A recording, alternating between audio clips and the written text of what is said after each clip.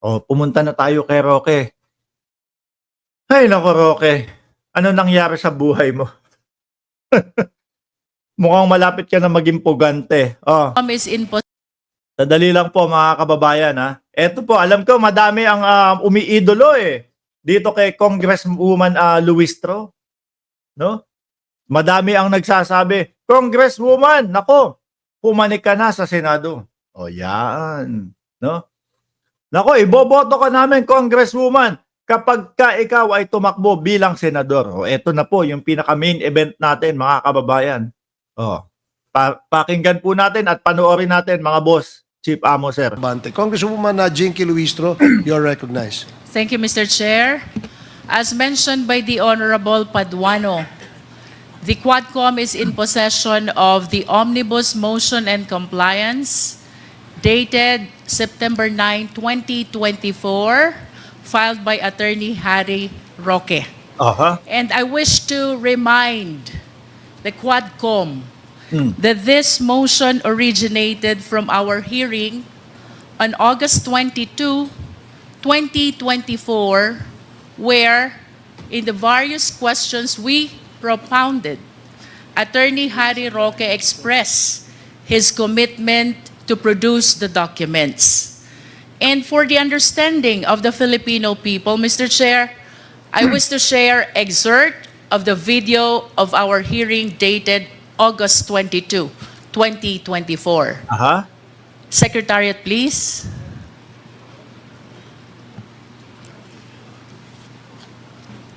Ayun. Comsec?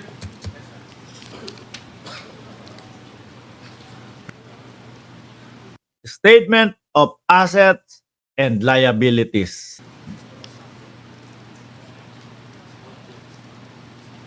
Aba, ang tagal ng video Ayun si Roque, nandun na pa siguro po ito na ang huling attend ni Harry Roque sa Kongreso, mga kababayan. Kasi nga meron siyang ipinipilit, no? Na hindi na daw siya attend doon sa mga hearing ng Kongreso. No, baka pati sa Senado. Volume, please. Tagal.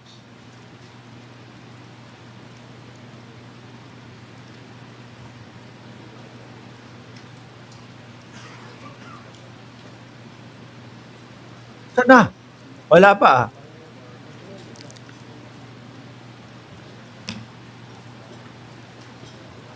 Magagalit si Barbers dito.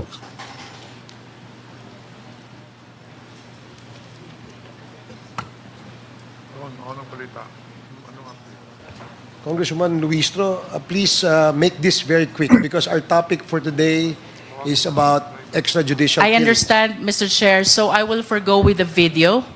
To explain, Mr. Chair, this omnibus motion and compliance is made up of two parts.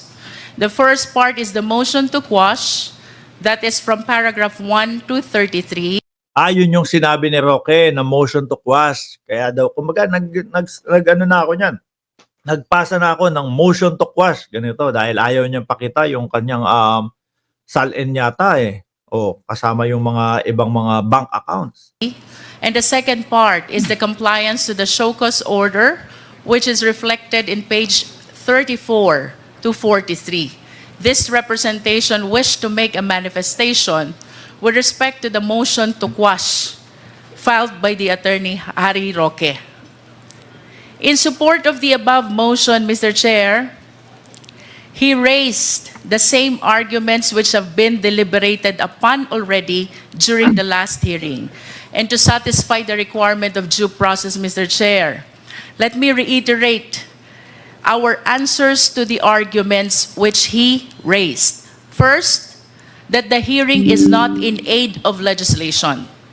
In answer to that, let me explain, Mr. Chair, this Quadcom was created. Ang tingin ko kasi sabi daw ni Roque, yung hearing naman, hindi naman para sa aid of legislation naman yan. Ang tingin kong gumagawa ng ganon, yung para hindi lagi lang sinasabi, etong hearing na ito para sa aid of legislation, si Bato. Pero hindi ho ganun yung nakikita natin, mga kababayan To conduct an inquiry in aid of legislation pertaining to 4 issues which are haunting us. 1, is dangerous drugs. 2 is extrajudicial killing. 3 is the en masse acquisition of land. And 4 is the POGO operation. In other words, Mr. Chair, we are indeed in exercise of our power to conduct inquiry in aid of legislation which is granted by no less than the Philippine Constitution, Mr. Chair. Saglit lang mga kababayan. Nakita ko po yung komento kasi ni Stanley Valle. Before Solid Duterte talaga ako.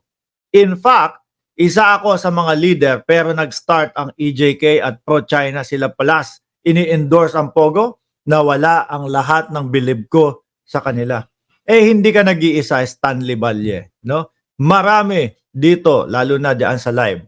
Sa 1,402 viewers, pakitaas nga ang kamay. Nung dati kaparehas natin, ano, na nakasuporta din po sa kanila. Kaso nung nakita natin itong mga ganito, sorry, baklas ang suporta. Oh. Taas lang ang kamay diyan sa comment section. Second, Attorney Harry Roque argued that the documents requested are not germane to the inquiry in aid of legislation. Dami, Again, oh. in the case of Arnold versus Nazareno, there are 2 requirements. One is materiality to the subject matter. And second is materiality to the possible legislation. With respect to the first requirement, Mr. Chair, it is the humble submission of this representation that the Quad Committee has established an overwhelming circumstantial evidence showing the connection of Attorney Harry Roque to Lucky South Corporation, which is a POGO operator where we apprehended Chinese nationals victims of human trafficking, murder, and internet scam. Tapos sasabihin lang po ni Roque, Madam Chair, magkaiba nga po yung Whirlwind na aking pinagtatrabahuan at yung Lucky South. Kaso po, sa kanilang pag-iimbestiga, lumalabas na iisa lang po mga kababayan no? Mr. Chair, at the height of the interpellation, we ask about the Biancham Corporation, which owns the property in Tuba, Benguet, where the IT employee of this Lucky South was apprehended. And that is where we started investigating Biancham. Yun po yung sa bahay. No po? Yung sa bahay doon sa Benguet. No? Na pag-aari po naman ng PH2. To be fair naman kay Atty. Harry Roque, pag-aari ng PH2. Yung PH2 po, sila po yung mga incorporator. Sila po ng pamilya nila. So, sa madaling salita po, no? Kung iintindihing maayos, pag-aari din po ng kanilang pamilya. Nahuli yung IT manager doon sa loob ng bahay na yun. Kaya naman po talagang lumalim, mas talagang inimbestigahan po ng Kongreso itong si Harry Roque. Sabi ni Paeng Chu, hindi daw nag-exist ang Whirlwind, boss. And then it was followed by our investigation on the subsidiary companies. As we investigate on Biancham, Mr. Chair, we found out the sudden increase of his assets in 2018, coming from 125,000 before 2016. In 2018, the current assets of Biancham rose to 125 million. Wow. At the height of the interpellation, Mr. Chair, Attorney Harry Roque articulated that his Madam, may panlaban po si Harry Roque. Nagbenta daw po sila ng lupa. money did not come from POGO operation. To emphasize, Mr. Chair, that statement did not come from Quadcom, did not come from this representation. Instead, it came from the mouth of Attorney Harry Roque. Nahuhuli yung isda sa kanyang bibig din. Ay, isda, hindi ho isda si Harry Roque, mga kababayan. Tao po iyon. Wag na kayo kumontra. Alam ko kung puro kabalbala na naman ang ano nyo dyan, i-comment nyo dyan Alam ko, umpisahan nyo na naman. Hindi tao si Harry Roque. Hindi isda si Harry Roque. Alam ko kung ano gusto nyo sabihin dyan kung ano si Harry Roque. Wag nyo lang kayo naman. Kagaya ni Bato. Kapag si Bato, puro kayo ICC dyan. Pag si Roque, lagi nyo pinipikon si Roque. Mga kababayan, wag po tayong ganun. Stress na ho yung tao, no? At mukhang papunta na din po sa tinahak ni Kibuloy, si Roque. This is an admission, therefore, Mr. Chair, that he admits the connection of these documents which we are requiring from him from the investigation on Pogo operation that Biruin mo, siya pa yung nag-open, ano? Oh, hindi po galing sa Pogo ang pera ko. Wala naman tinatanong kung galing sa Pogo, ah. Doon po nadudulas, eh. Bakit mo nasabing sasabihin namin na galing sa Pogo? Kala ko matalino si Harry Roque, no? Ang baboy ng... Mahal po ang baboy ngayon. we are conducting right now. To further explain, Mr. Chair, it was admitted that he was the presidential spokesperson during that time with a very limited income. And then we asked him, where did this 65 million came from? Where Oh, tinatanong po kayo, Atty. Harry Roque, saan daw po galing ang inyong 65 million? Oh, hindi galing sa Pogo ang pera ko, sabi ni Atty. Harry did Roque. this money came from? And he could not explain except that he sold a certain property in multinational company in Parañaque. To conclude, Mr. Chair, there is a question about the source of the money of Biancham Corporation, which belongs to Attorney Harry Roque. And following his question, if he will not be able to prove the legal and valid source of this sudden increase of assets of Biancham, then there is a reasonable ground to believe that indeed he is connected with Pogo operation and this money possibly came from the Pogo operation. The second element, Mr. Chair, is the materiality to the possible legislation. And during the last hearing, Mr. Chair, Mukhang hindi na po sasagutin niya kasi sabi po doon sa huling live, no, ni Harry Roque, mga kababayan, wala na po akong pupuntahang hearing. Hindi ko na, kasuhan nyo na lang daw po siya. Ayan na naman sila, no? Kasuhan, pagka kinasuhan na, may kaso na, wala na, hindi na sisipot. Narinig na natin yan kay Tebes, narinig na natin kay Bantag yan, narinig na natin kay Alice Guo yan, at higit sa lahat, kay Kibuloy, narinig na din natin yan. Kasuhan nyo na lang ako, wag nyo akong patawag dyan sa Kongreso. O, kinasuhan no. Ang ending, nagtago. Boss Mark, matagal na akong nakasubaybay sa mga hearing sa Senado at Congress. Sana bilisan nila para magsama-sama na sila si Kibbs at habang buhay. O, tuloy. we reiterated ano po ba ang mga batas na posibleng aamyendahan, muling pag-aaralan in connection to this Quadcom hearing.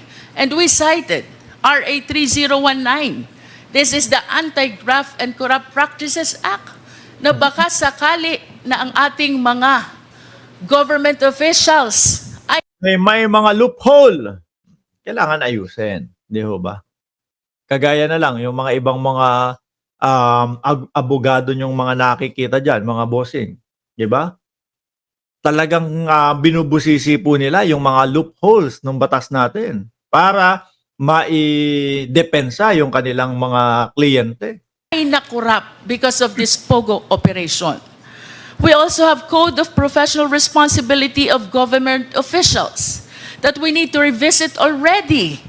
The provisions of this law to make sure that the government officials and employees do not deviate from what is being mandated by the Code of Professional Responsibility of Government Officials. We also have anti-money laundering. Kulang po ba ang probisyon ng anti-money laundering? At nagkaroon ng mga transfer ng huge amount of money in spite of the existence of this law.